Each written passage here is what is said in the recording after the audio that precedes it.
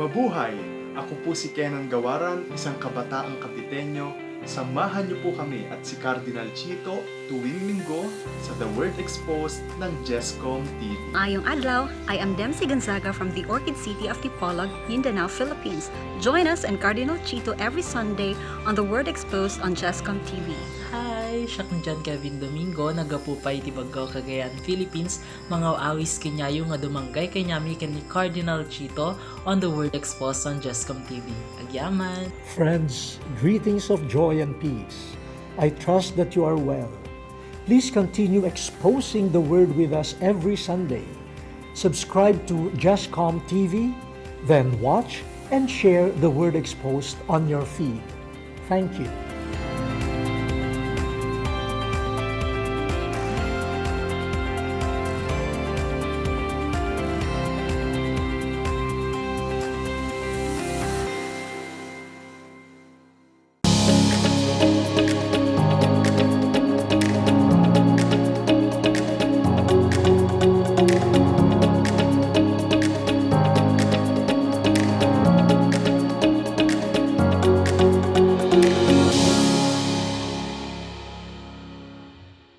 Ciao, mabuhay!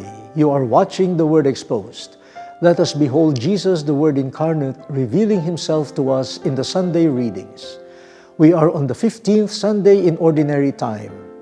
And in today's Gospel, a law scholar asked Jesus two questions. The first one, Teacher, what must I do to inherit eternal life?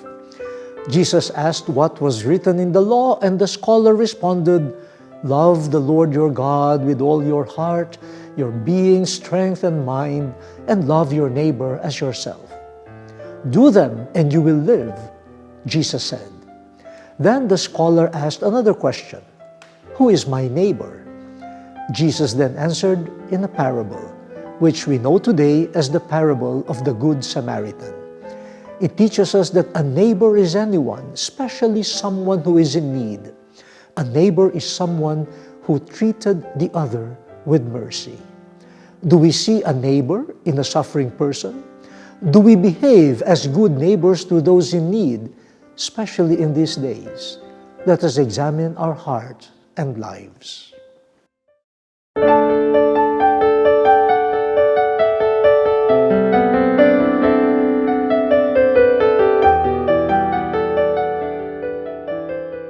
A reading from the book of Deuteronomy. Moses said to the people, If only you would heed the voice of the Lord your God, and keep his commandments and statutes that are written in this book of the law, when you return to the Lord your God with all your heart and all your soul. For this command that I enjoin on you today is not too mysterious and remote for you. It is not up in the sky that you should say, Who will go up in the sky to get it for us, and tell us of it, that we may carry it out? Nor is it across the sea that you should say, Who will cross the sea to get it for us, and tell us of it, that we may carry it out? No, it is something very near to you, already in your mouths and in your hearts. You have only to carry it out. The word of the Lord.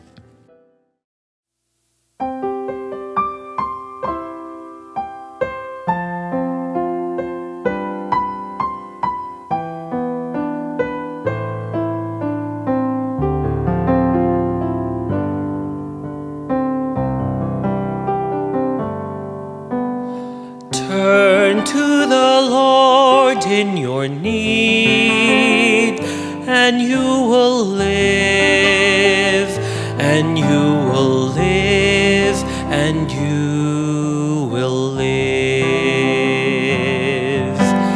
Turn to the Lord in your need, and you will live, and you will live, and you will live.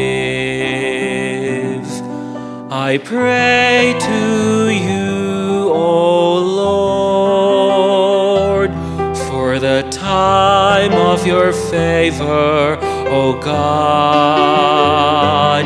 In your great kindness, answer me with your constant help.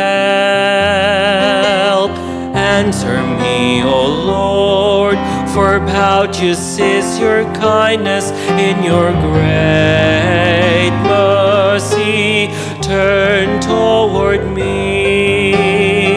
Turn to the Lord in your need, and you will live, and you will live, and you will live. I am afflicted and in pain. Let your saving help, O God, protect me. I will praise the name of God in song, and I will glorify Him with thanksgiving. Turn to the Lord in your need, and you will live, and you will live, and you will live. See, you lowly ones, and be glad. Who you seek, God, may your hearts revive. For the Lord hears the poor, and his own who are in bonds He spurns not. Turn to the Lord in your need, and you will live, and you will live, and you will live. For God will save Zion and rebuild the cities of Judah. The descendants of his servants shall inherit it, and those who love his name shall inhabit it. Turn to the Lord in your need, and you will live, and you will live, and you will live. Turn to the Lord in your need, and you will live, and you will live, and you will live,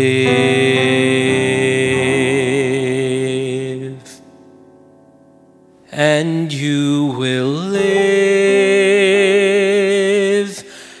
and you will live.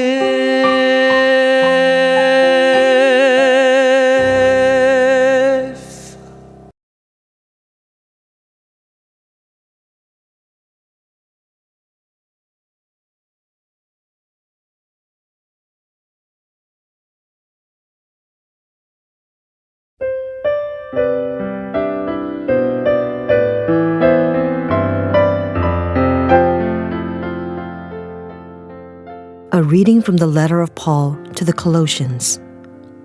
Christ Jesus is the image of the invisible God, the firstborn of all creation. For in him were created all things in heaven and on earth, the visible and the invisible, whether thrones or dominions or principalities or powers. All things were created through him and for him. He is before all things, and in him all things hold together. He is the head of the body, the church. He is the beginning, the firstborn from the dead, that in all things he himself might be preeminent.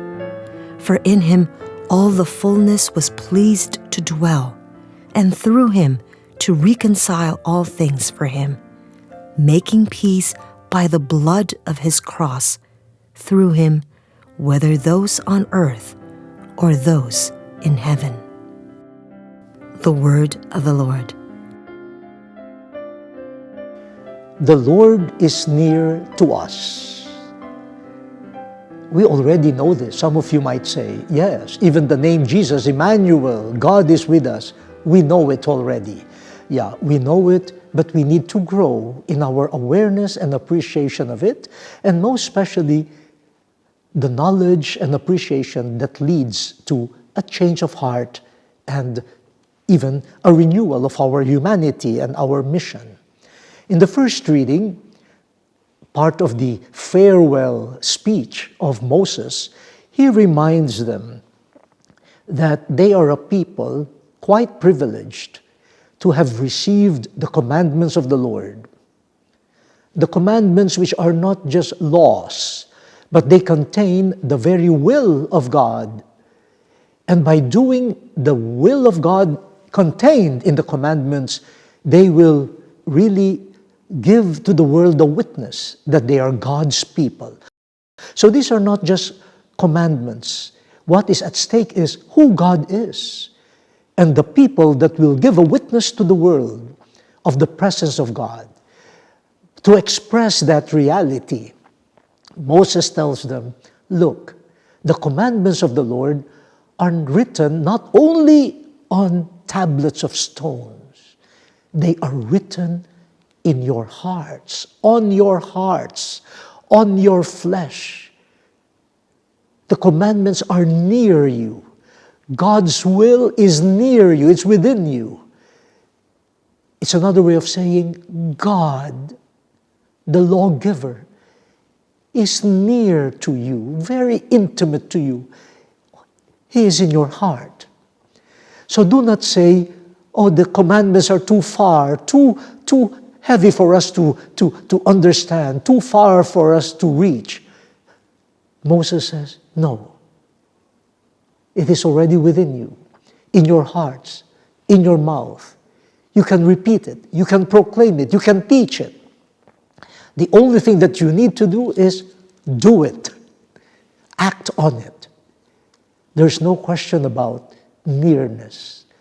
The will of God, the Word of God, God Himself, near to you.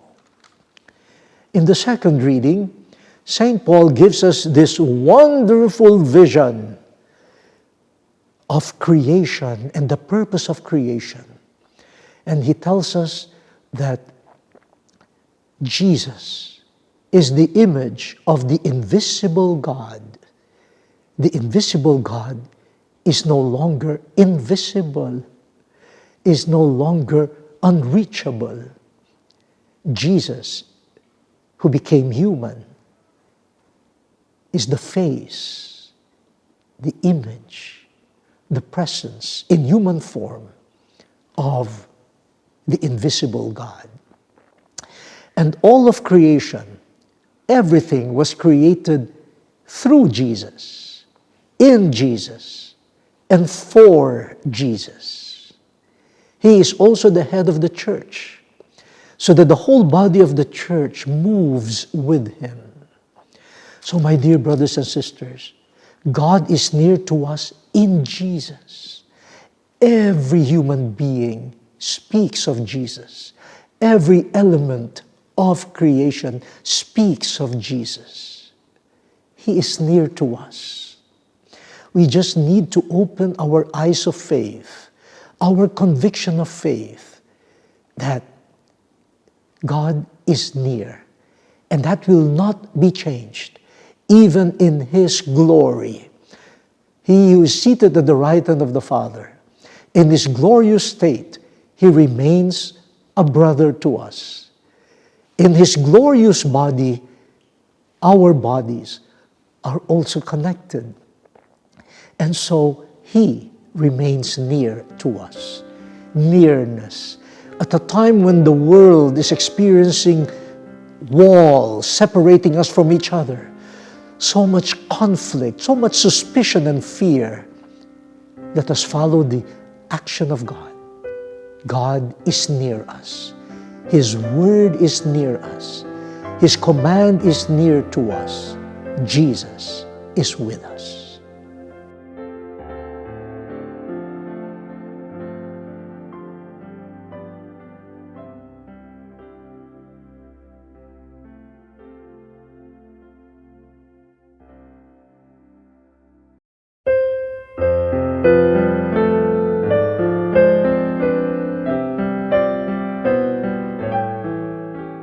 The proclamation of the Holy Gospel according to Luke.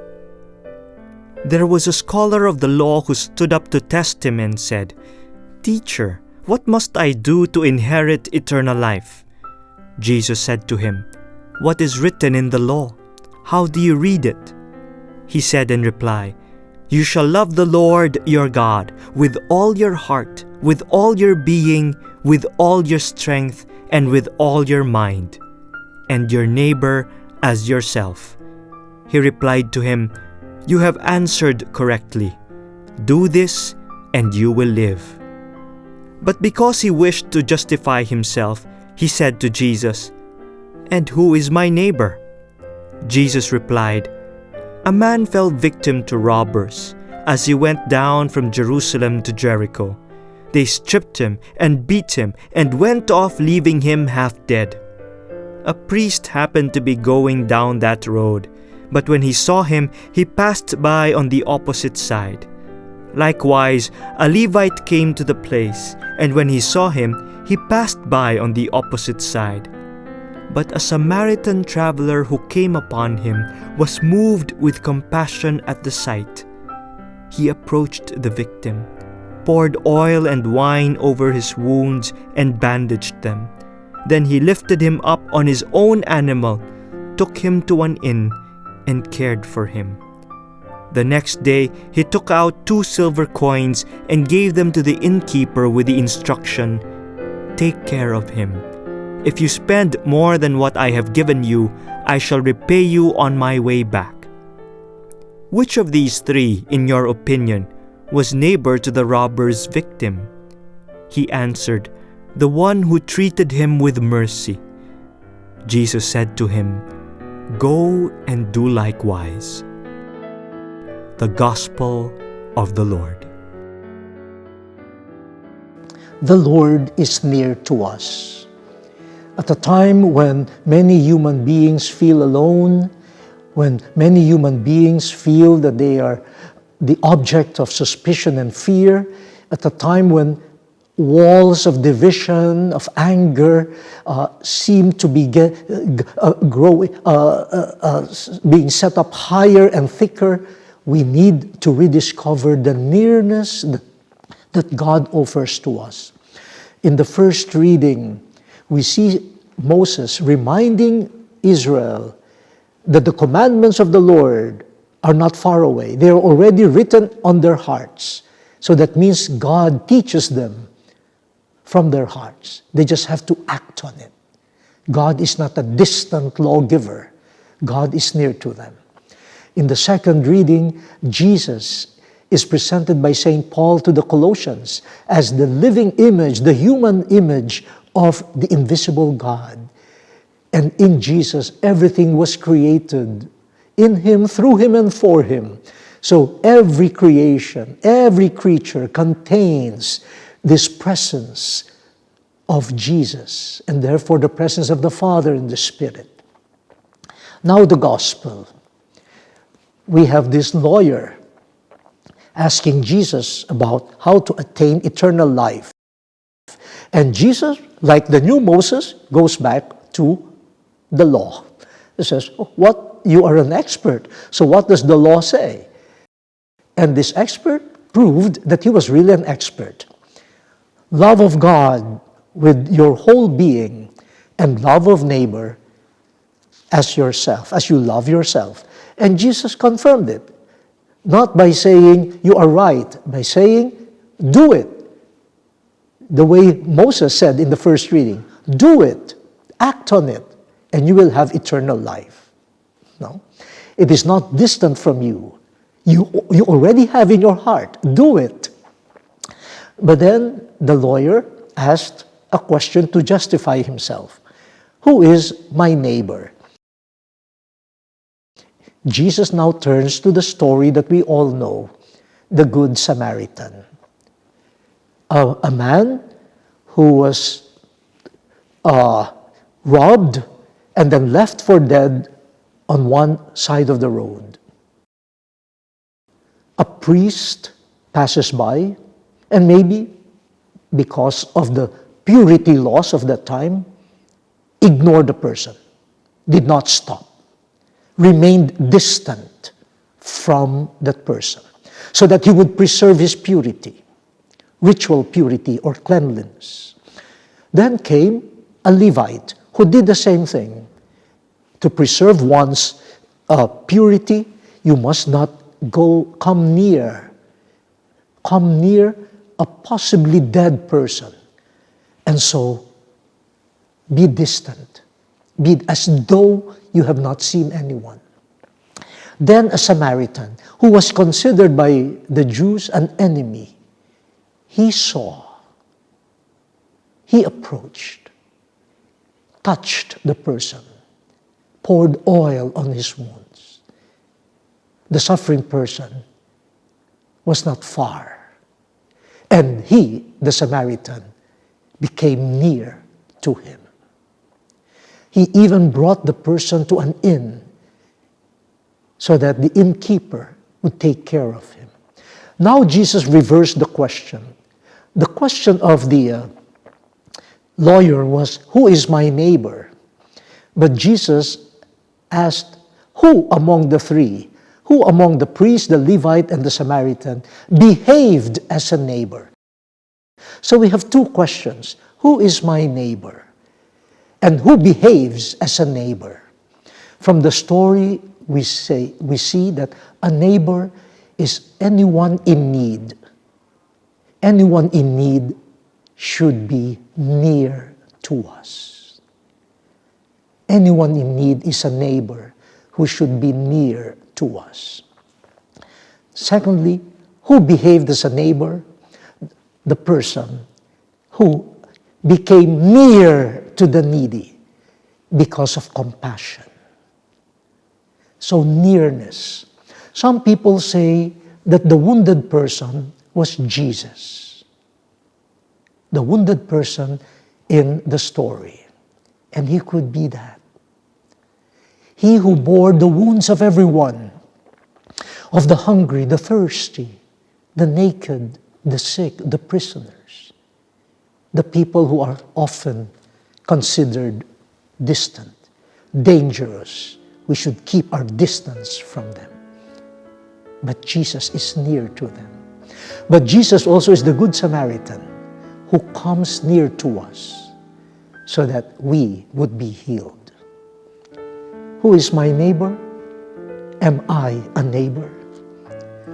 Let us reflect on this. The word has been exposed. Let us now fulfill it.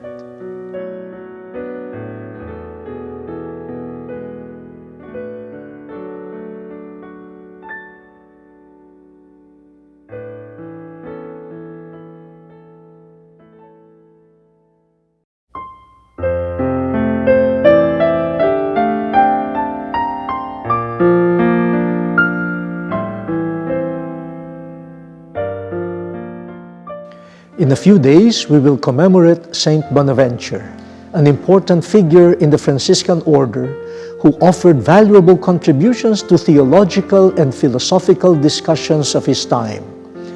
He entered the Franciscan order in 1238 and became the Minister General in 1257. He was named a Cardinal in 1273. Canonized a saint in 1482, he was declared a Doctor of the Church in 1587.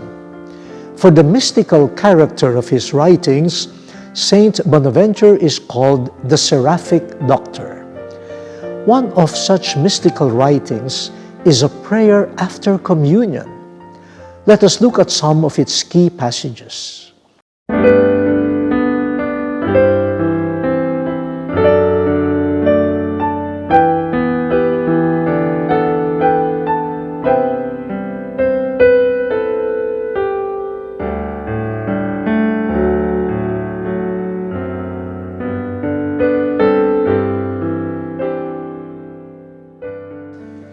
Pierce my soul with the wound of your love. Pierce it with apostolic charity, so my soul may melt with love for you, long for you, and be one with you. Wow! How will we make sense of such intense love for the Lord in the Eucharist? It sounds like a seraphim is speaking to God. But the key term that Saint Bonaventure used is apostolic charity. Apostolic, it's always connected to mission. Charity is love. Apostolic charity, missionary love. So first, Saint Bonaventure desires to be pierced by the wound of the Lord's love to become selfless. The second aspect is the desire to be pierced by the same love that would send him to mission. Saint Bonaventure knew that for him to love the Lord, he would have to be with him not only before the Eucharist, not only during Holy Communion, but also in mission. Then he adds,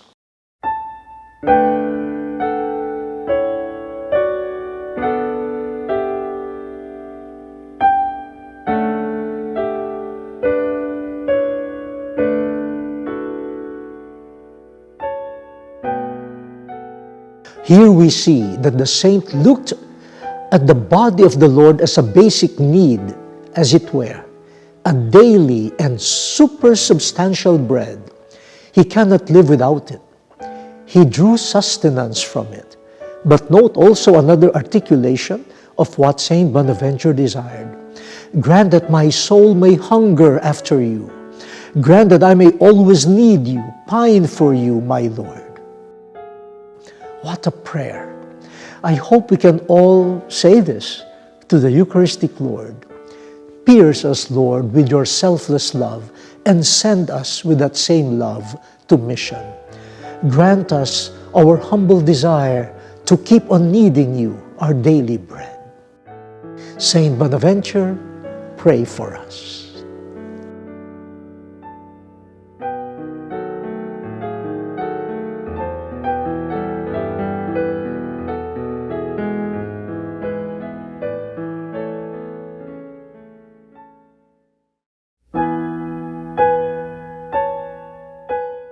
We have prepared reflection points for you. Please share them with your companions. The first point is, how can we always activate the commandment of love written in our hearts? Paano natin mabubuhay ang utos ng pag-ibig na nakasulat na sa ating mga puso? The second point is, how can we form the youth to see a neighbor in others and to be a neighbor to them? Paano natin mahuhubog sa mga kabataan na makakita ng kapwa sa ibang tao at maging kapwa-tao sa kanila?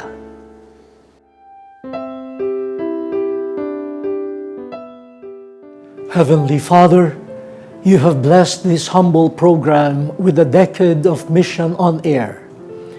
You have gifted it with the talents, hard work, and financial support of many generous people, so that as your word is exposed, many more may know, love, and serve Jesus. Lord Jesus, be with us always, your production staff and partners, your viewers and benefactors, that we may not run out of courage, zeal, and charity in fulfilling our mission daily. And when our limitations and weaknesses surface, please ask the Father to send the Holy Spirit to purify us and set our hearts on fire with renewed faith, hope, and love, so we may serve you for many more years to come. Amen. Friends, thank you for your company. We pray that the Word of God would find fulfillment in your life and His blessings be always upon you. And we hope you could be with us again next Sunday here on The Word Exposed.